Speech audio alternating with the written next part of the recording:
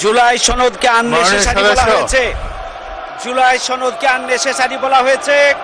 এটা কোনোভাবেই গ্রহণযোগ্য হতে পারে না। সদস্য বসুন।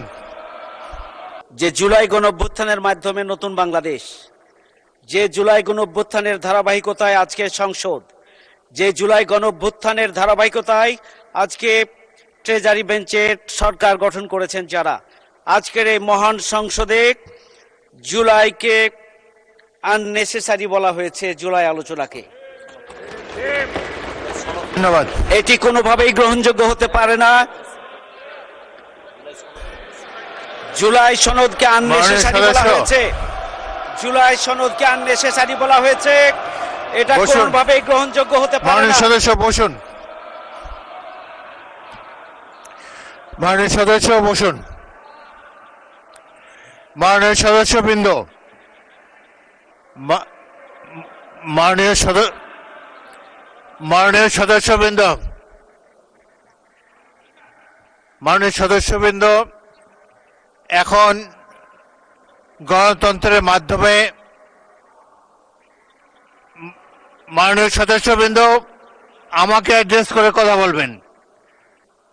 আপনারা যা কিছু বলবেন স্পিকারকে অ্যাড্রেস করে বলবেন।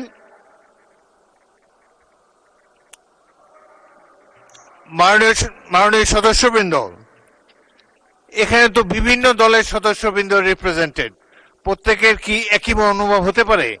গণতন্ত্রের সৌন্দর্য হলো মতভিন্নতা।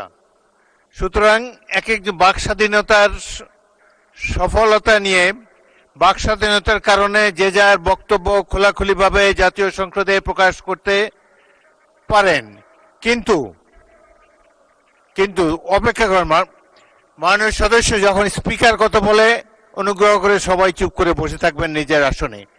আমি যেটা বলতে চাই, সকলেরই বাক স্বাধীনতা আছে, এবং যদি কোনো বক্তব্য আপনাদের পছন্দ না হয়, এরপরেই তো আপনারা একজন বক্তব্য রাখবেন, তিনি এই বক্তব্যের বিরুদ্ধে আপনাদের মতামত আপনারা প্রচার করতে পারেন। সুন্দর শালীনভাবে যে যার বক্তব্য জাতীয় সংসদে রাখবেন, এটাই আমরা আশা করি। অহেতুক একজন বক্তাকে কেউ ডিস্টার্ব করবেন না। আপনার টার্ন যখন আসবে আপনি আপনার বক্তব্য সুবিধা মতো ভাবে দেবেন।